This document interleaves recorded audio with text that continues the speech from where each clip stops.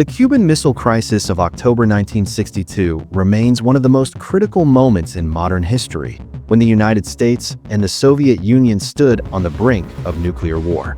This 13-day confrontation, from October 16th to October 28th, was triggered by the discovery of Soviet nuclear missiles in Cuba, just 90 miles from the U.S. mainland. In 1961, the U.S. attempted to overthrow Cuban leader Fidel Castro through the failed Bay of Pigs invasion, prompting Castro to seek stronger Soviet support. In July 1962, Soviet Premier Nikita Khrushchev and Castro secretly agreed to place Soviet nuclear missiles in Cuba to deter future U.S. invasion attempts. Khrushchev believed Kennedy would not respond forcefully, given his perceived weakness after the Bay of Pigs. The submarine's captain, Valentin Savitsky, ordered the torpedo prepared, believing an attack was imminent. Second-in-command Vasily Arkhipov refused to authorize the launch, a decision later credited with preventing nuclear war. The naval quarantine continued until November 20th, when the Soviets agreed to remove their Il-28 bombers.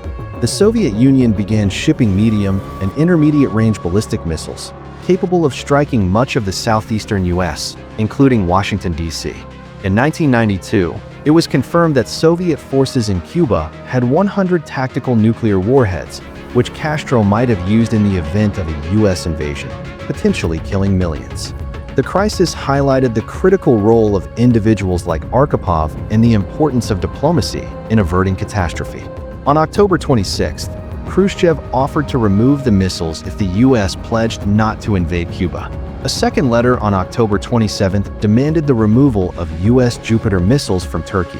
Kennedy publicly responded to the first offer, agreeing not to invade Cuba, while privately assuring the removal of the Turkey missiles, a concession kept secret to avoid appearing weak.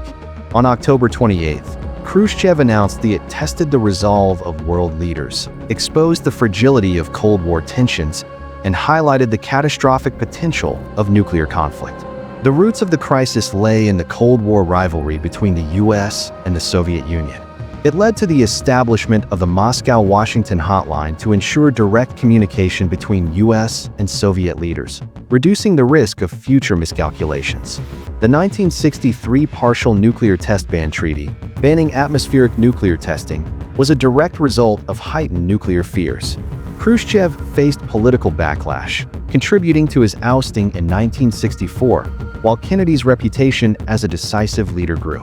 On October 14, 1962, a U.S. U-2 spy plane photographed Soviet missile sites under construction in Cuba. President Kennedy was briefed on October 16 and convened the Executive Committee of the National Security Council, EXCOM, to weigh options.